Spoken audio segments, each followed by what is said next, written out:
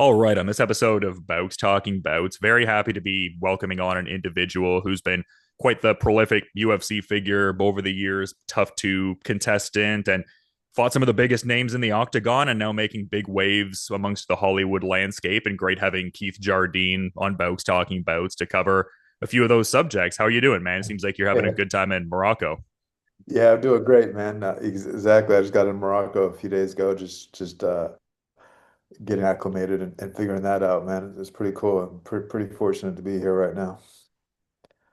And just what a time to be catching you. I mean, I love that you got to write and direct your own film and everything like that, a psychological thriller, Kill Me Again. Can you kind of talk about, I guess, just the totality of all of that? Because that would seem like such a massive moment. Like, just because I mentioned in the intro the strides you're looking to make in the film industry, I would think this would be a pretty seismic moment for you. Yeah, man, everything's crazy. My film just got released on the 8th, and yeah, I wrote, directed, I did everything on it. I'm in it, and yeah, I did the media tour on that beforehand, and we did the release. I went to the theaters every chance I could get to watch it in theaters and watch crowds' reaction to it, and now I'm here. I'm bringing it up. I'm here in Morocco because I'm not on vacation. I'm here working on a TV show, which is bittersweet. It's great to be on part of this show. It's an amazing show, but man, I wish I was there with my film a little bit more. Yeah, and it's just an interesting thing to see because it looked like El Paso 1155 was like, I guess, technically the first film that you wrote, directed, and starred in. But does this, I guess, represent like an incremental, like next step up, like a leveling up, for lack of a better way to phrase it? I guess I'm Oh no, interfacing with like a martial arts. Yeah. that's exactly what it is, man. I did the short to show that I could do that, and that was extremely successful. He won a lot of awards, been to four Academy Award qualifying festivals, and which is bigger than most awards. And yeah, so I was successful with that, and that got led me to be able to direct my first feature, which I did that because I have a lot of scripts out there. People are interested in, and studios are interested in some of my work, but not as me as the director because I didn't have a background. So that's why I tried to push this thing forward and get this thing done. So not now I can be the director of my other features. No, it's just really cool to see you put the onus on yourself to make things happen, and clearly has panned out in a great way. But I was seeing a recent interview you did with Ariel Helwani where you were talking about how you didn't necessarily like formally retire, but kind of walked away. And it seemed like you were in a period where you were almost like, I guess the operative wording was walking away feeling like a failure, and you couldn't watch the UFC for a while after, but then realized like I did some pretty exemplary things in the sport. Like, was that a very gradual process? Was there something that drove that kind of curve there, just going from that certain feeling to, I guess, having that level of esteem that's commensurate with some great things you were able to do in the UFC? I think part of it was, you're right. That's what exactly I felt. I did feel like a failure because I knew how good I was as a fighter. I've trained, I've beaten champions, I've trained with champions, and I knew how good I was, but I was never able to consistently pull it together for a number of issues. But so walking away, like it was really hard. But then when I started to find success in other things, acting specifically, and trying to finding the new passion and the love and everything for that, um, getting all encompassed and into that route and where I'm even not even thinking about the UFC. I successfully separated myself from the UFC because I used to get turned down roles all the time because oh, the audition was good, but we need a real actor for this. We don't need a UFC guy. And so the casting director said, no, he's a real actor. Like, look at his other things he's done. And so I really had to separate myself. So then after that, then I started like, whoa, that was actually pretty cool. Things I've done in the UFC. In fact, I was on set yesterday, and during the break, one of the actors, one of the lead actors pulled up my Chuck Liddell fight on his phone, and I watched, and we all watched it together, and I watched it for the first time since like I don't know, since it happened. Like I watched it like a couple times after it happened, but I never watched it since. And it was really cool to be like, oh yeah, that was really cool. Was it Even just some, watching everything, yeah. watching the walkout, watching everything, like all the little things that were just so cool about that, and the walkout after the win, like it was all so great. And I'm trying to find a way to phrase this sort of question because I've seen some different interviews where you were talking about the mentality of certain fights where it would almost be like when you're fighting someone, like a Chuck Liddell or even like Rampage Jackson, some of the bigger names you fought, that kind of inspired a certain something in you, like a certain rise to the occasion kind of mentality. Whereas like when you would come in as, I guess, the operative favorite on the betting lines, it would be more of like a mental game in that kind of sense. Like, I guess in the context of your journey within the film industry, do you almost interface with it in a similar way, like taking on this task that's almost like, okay, this is massive and I guess maybe daunting in a sense, for lack of a better word, but like at the same time, that inspires a certain fire in me to be that much more pursuant of it? Like, do you find yourself interfacing with it like that at all? Absolutely, and that, basically what it is imposter syndrome. We all deal with it. Um, like for example, I had this great role in a thing that's going to come out and it's going to be amazing. Like, can I do it again? I really fooled him this time. You know what I mean? And also making my movie is like, you tell me in fighting was like this for sure. If you tell me I can't do it, you tell me that guy's going to kill you. There's no way you don't even belong there.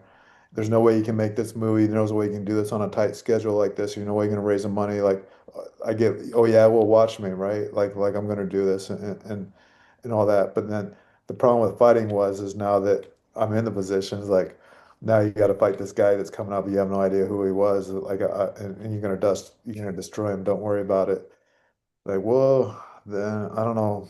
I wouldn't step up. I wouldn't step up to the plate then. But now, like I've dealt with all that. Like I'm ready to bring on bigger, better, or whatever. I don't care.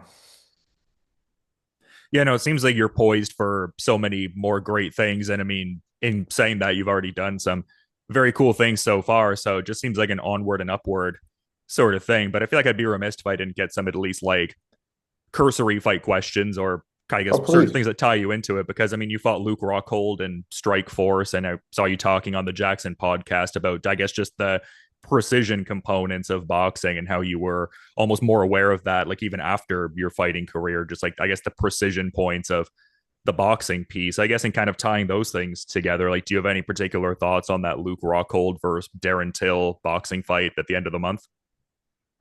Oh, that coming up. Oh yeah. I thought you were talking about my fight with Luke. Yeah. Yeah, that's interesting, man. Are they doing gloves or no gloves? Yeah, they're just doing a glove boxing bout. It's for that Misfits boxing circuit. They Yeah, also have yeah, Tony that's an Ferguson interesting. on that. Yeah. That's an interesting thing. Honestly, I tell you the truth, I have no clue. Um, yeah, I have no clue now. Honestly, I can't help you much on that. Like, I saw Darren Till when he fought Cowboy. I was there because Jody was fighting. I don't know how good he is. I know Rockhold is super sharp and has great precision and like he's suited well for boxing. He's a hell of an athlete and he's not going to get tired, that kind of thing. But yeah, I wish I could give you more in depth on that one. I don't even remember No, that fight. That was one of the dumbest things I ever done. I tried to cut down to 185 for a stupid reason. I just thought, it'd just be like a revitalization of my career. Like I already fought everybody. Like let's fight some guys at 185 and it would be interesting. But cutting that weight I got old real quick cutting that weight and I never actually put the water back in me like before that fight. I didn't even take a piss from the time I made weight to fighting. Maybe a couple drops. I got old real quick in that, so I don't remember a thing about any of that. it speaks to, I guess, a lot of, I guess, perceptions in the fight game, though, because like I remember following the sport actively as a fan at that time, and that was very much kind of part of the discourse. Like it was almost just this very casual, like, oh yeah, fresh coat of paint, change weight divisions, but it ignores like the physical realities of it. It's like it's not really that easy per se. No, I remember training was torture. Like it was all just everything you do is to make weight and I would run in the morning before practice, so I'd be wiped out by the time I got to practice and I'm actually losing. I never lost rounds or whatever in practice. Now I'm losing to guys that I've never lost before too, like because I was just like I was a shell of myself, just because all it was burning calories and not taking calories in and trying to lose that weight, man. It was awful. No, I hear you, man. It's definitely such a massive thing. Because you seemed like a bigger light heavyweight as well. So kudos for even, I guess, trying to be pursuant of that. But it would make sense why there would be such a different, dynamic within yourself in that regard. But I guess just speaking to some of the people you have gotten in good work with over the years, and from what I was seeing, you'd even had like a sparring session with him, even leading into the Stipe Miocic fight last year. I guess I'd be curious to get your thoughts on just the situation with John Jones and everything, because I mean, he had announced that he was retiring, but seeming like he's back in the, I guess, situation a little bit in terms of like eyeing a fight at that White House card next year. Like, do you have any thoughts on any of that at all? Yeah, I think John's a genius when it comes to fighting. Honestly, I really do mean that. Yeah, yeah, I did some rounds with him. He made me do some rounds with him for one of the times he was fighting Steve, and it was actually fun, and it was actually really cool because I actually learned how to box really well. After I was done fighting, I worked with Danny Romero, a famous boxer, and Papa, his dad, and actually I got really good at boxing. Something I never really did while I was fighting. I learned how to actually be a real professional boxer. Like I've had some professional boxing fights too, but like I'm talking about Danny Romero level, and yeah, man, I was going into Jackson, I was dusting people up, like people that were, and they were actually telling me I should come back and fight. But I knew it was a difficult thing to conquer this Hollywood world, and it would be easy for me to go back and win some money fighting and make a paycheck that way. But then where would I be in this Hollywood world? But then back to John Jones. Um, I think he's genius, man. Because he was at light heavyweight, and he's the GOAT. He's never lost all these things, and he's fighting these up and comers, and he's it's hard to fight somebody that's trying to make a name off of you, and you have no idea who they are. And especially in this sport of MMA, when these up and coming guys are hungry, man, they got the dog in them, and you're just trying to maintain your position, and you don't have the dog, and you're not super like you don't even care about this guy you're fighting. It's just for the point of fighting. You can make up some beef, but like he had real beef against Cormier. He had no trouble getting up against him and some of these other things. So what did he do? He went to heavyweight. Why? Because it's scary. I got to fight Stipe, the people that are calling the GOAT, and that's scary, and it'll make me train hard. I'm gonna go do this, and then he fought another fight, and he was gonna fight the guy that left, the guy that was so good and all that, and now it's like if he's not passionate about fighting a guy, if he's just going to do it for the thing, then why would he risk his everything he's done for just that fight, like without having that passion for it? So I haven't talked to John in a long time. I have no idea what he's doing, but I think he's waiting till Aspinall wins a few fights and becomes more of a known quantity at heavyweight, where he's the best of this era and all that, and maybe he'll come back then and fight him because now he'll have something to prove by fighting him. Now, if he beats him, what? Like it'll be just what? Like, oh, he won another fight. Who's the next guy? There's nothing really in it for him.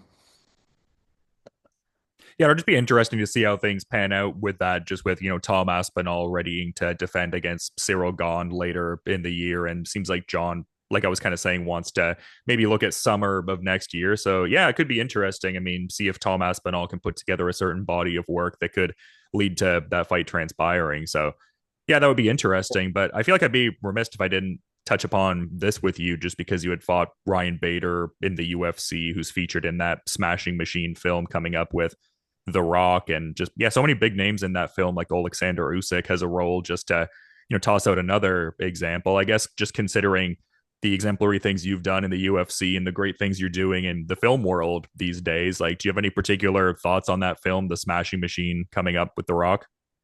Yeah, I hope they do it justice. Like it's an interesting story and all that, and I hope Rock does a really good job. And I think really courageous of him to take on this real acting role. It's not a superhero thing and all that. Like he's really become this character. And look at how he changed to the way he looks and everything. Like I'm really hopeful for it. I'm a huge Benny Safdie fan though. and A20, I think A24 is doing that. I'm huge into all that. So like I'm more excited about that than anything.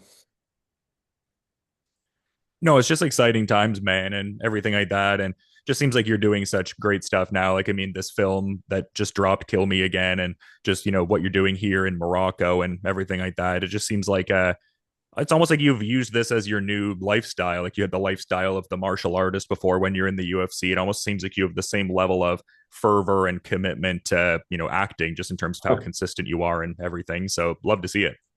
Thanks, brother. Like this business, like writing scripts, like I write every day, writing scripts, turning them into movies, um, getting parts and doing parts is way more competitive than anything fighting because fighting, it's just you. You're in the ring, and if you win and you win again, they can't deny you. You know, you keep winning, they can't deny you. You're gonna climb to the top.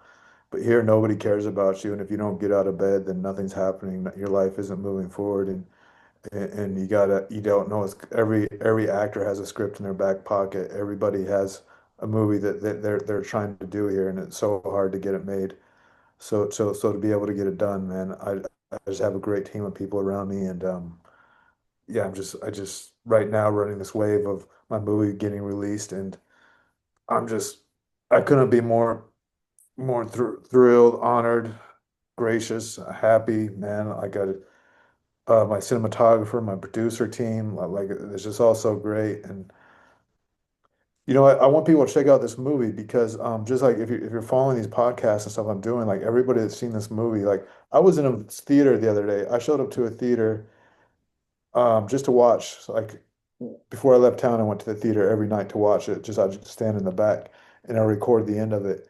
And in the end of the movie, after the title started to show up, everybody broke out in applause randomly. I was just there, man. It was so cool, man. Watch people laugh throughout the movie. Like this is a big deal, man. And if people give it a chance, check it out. And that's what I'm doing right now because um, I have a really good thing here, and I'm just trying to get people's eyes on it, man. Just to get people to check it out because it's unlike anything you've ever seen before. It's Groundhog's Day from the perspective of a serial killer. It's twisted, it's dark, and it's strangely funny. People every screening I've been to, people laugh throughout the whole movie, and there's a very unexpected. Nobody's ever figured out the twist. There's a really big twist at the end. Yeah, so there's so many interesting components to it because I was also seeing in an article where you kind of, I guess, also referenced Edge of Tomorrow, like in terms of like time loop cinema, and even the point you were referencing with The Rock, where it's like he's kind of going out of that, like, I guess, superhero type of paradigm and taking on a more dramatic role. I guess that's another aspect of how you interface with the film industry that's similar to MMA. And as far as that desire to pursue the well-roundedness, like you don't seem like a guy who's like, okay, I'm gonna, exclusively try to pursue this particular genre. Like, and I guess in a fighting context, I can only focus on this part of my game. Like, it seems like the desire to be well-rounded and comprehensive is like a very key, like, I guess, centric point to what you're doing, from what I can tell as an outside observer, at least. Yeah, absolutely. All my scripts, all my movies are they're all different genres, but they all have similar themes and they all have really good similarities in them. But I got westerns, neo-noir is my thing. A lot of people call this movie a neo-noir thriller too, which is I'm surprised you picked up on that. But yeah, they all have a similar feel and stuff to it. So yeah. But I got a westerns, I got everything, man. Well, it seems like a thing that you've almost been fascinated by even prior to fighting, almost. Like the way you talk about film, it seems like a very impassioned, well informed kind of stance. Like even just the particular, I guess, nomenclature of the different genres and stuff like that. Like when did you, I guess, find a certain affinity and passion for film? Because, like I said, it seems like it's existed within you for a while. Yeah, film has always been, growing up in a poor kid in Oregon, film has always been escapism for me. Like in the 80s, it was all the action films of the 80s, all the Arnold stuff or whatever. Then you grow up at the perfect time where all the indie films of the 90s are hitting, what Clerks is just watching this stupid black and white film Clerks and like, whoa, shit, that really blew me. My friend made me watch it. My friend Anthony made me watch it. And like, oh, this is great. I want to see more things like this. And in the 90s, they just kept popped up. And then you got Reservoir Dogs and Pulp Fiction, and then you got the Coen Brothers movies.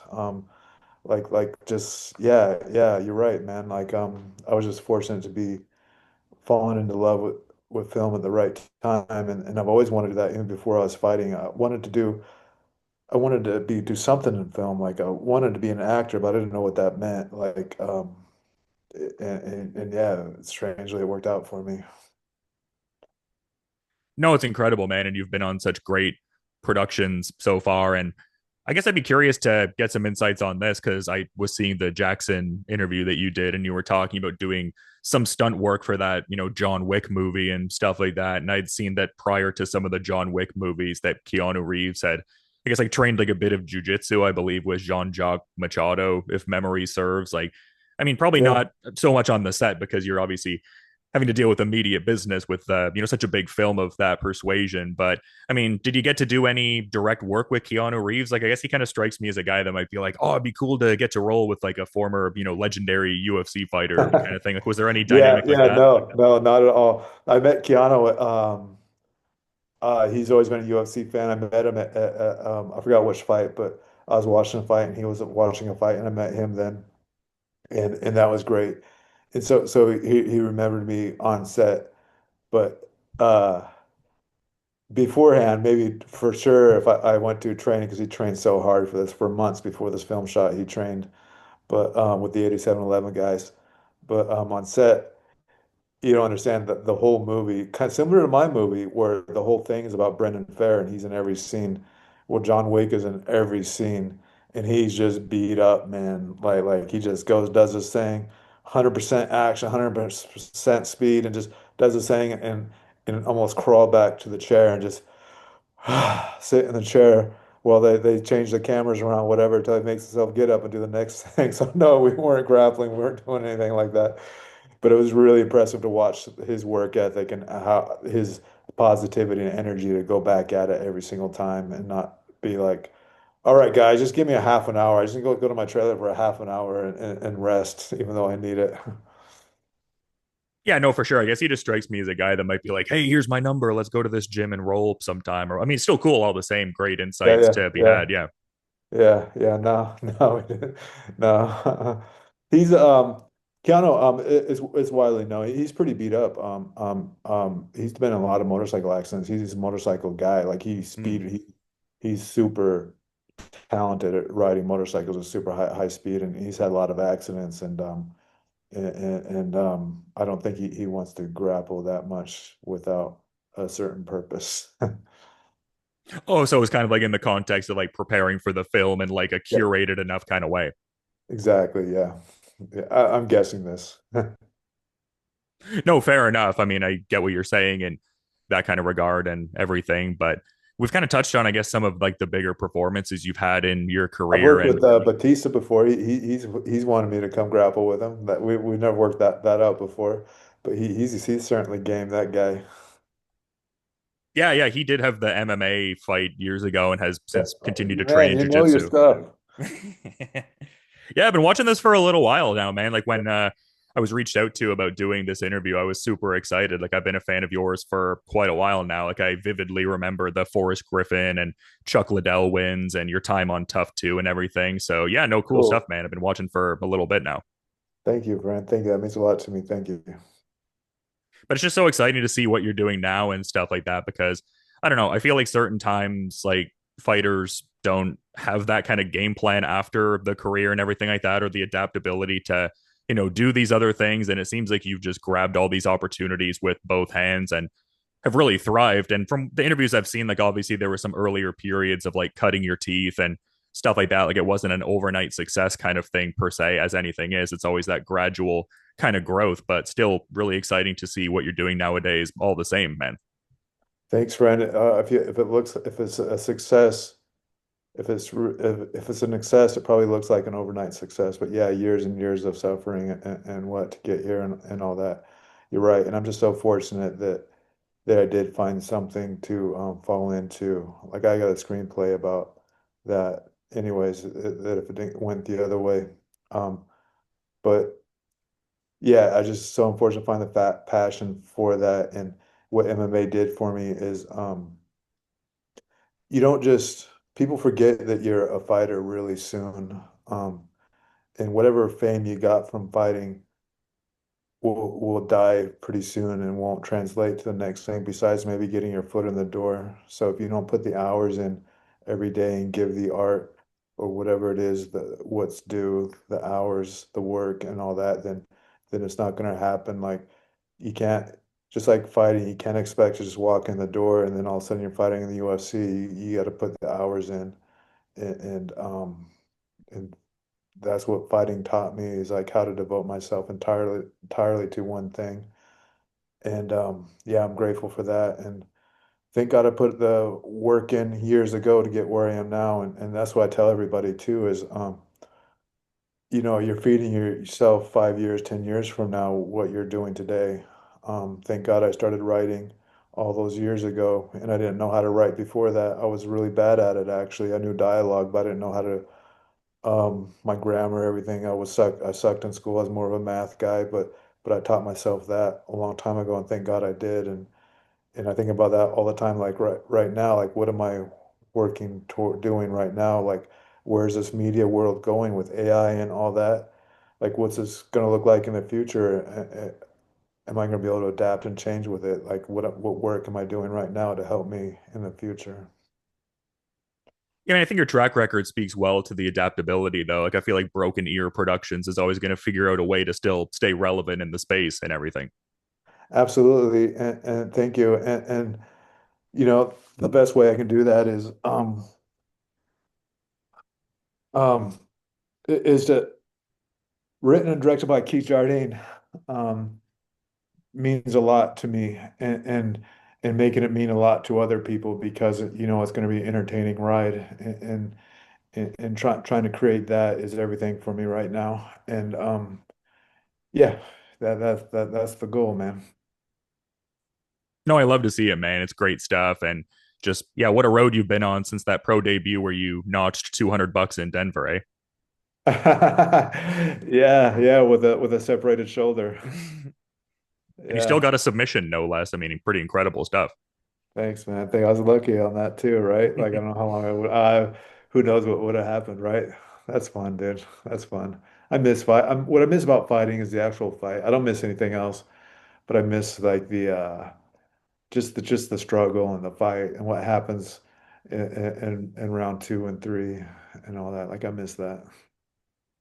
Yeah, I mean, you always really like cranked it into another gear in those like later rounds. Like you were, I felt like one of those fighters that would kind of get stronger as the fight went on, almost like really mounting that momentum. But just trying to be mindful of the time here and everything, Keith. It's been great getting to talk to you, man. But just trying to be Thank you. cognizant of your schedule, man. I figured I'd give you the floor if you had any kind of final parting thought you maybe wanted to add as we're wrapping up here. I really appreciate you making the time, man.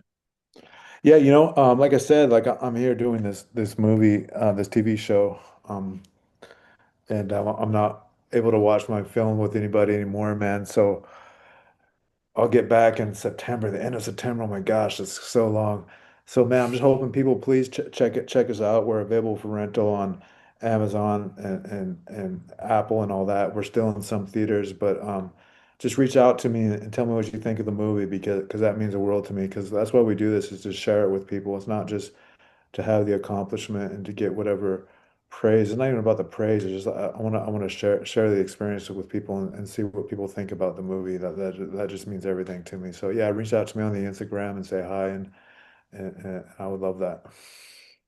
No, that's great, man. I love how accessible you are in that sense. And speaking to the accessibility point, Kill Me Again, available on a lot of massive video on demand platforms, as you just kind of outlined. And also some, I guess, other touches for MMA fans in this film in terms of like Michelle Waterson's involvement and Maurice Green's involvement. So, yeah, definitely people should check Cowboys out. up in there. Sorry, pardon me. Cowboys in there. Tate Fletcher's Yeah. in. Yeah, there Yeah. you go. I mean, just a Yeah. stacked movie for MMA fans in that kind of sense. Just like, But oh, yeah, yeah, yeah, he's in here. Yeah. that's really important to me though that those guys are in there. But even if you didn't know who they were, it wouldn't be like there's these lesser actors in there. They all Yeah. do amazing, and I wouldn't have them in there if they weren't amazing.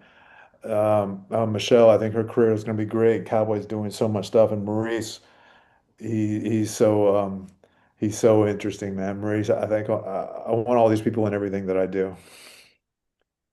Yeah, no, it's incredible, man, and looking forward to seeing some of the next steps to come and what you're doing. But yeah, people should definitely check out Kill Me Again. And thanks so much for coming on Bowks Talking Bouts today, Keith. Great getting to chop it up a bit, man. You have a great rest of your day and everything. And yeah, thanks so much for the time, man. Much appreciated. Thanks, brother. Thank you so much for the interview, man. Thank you.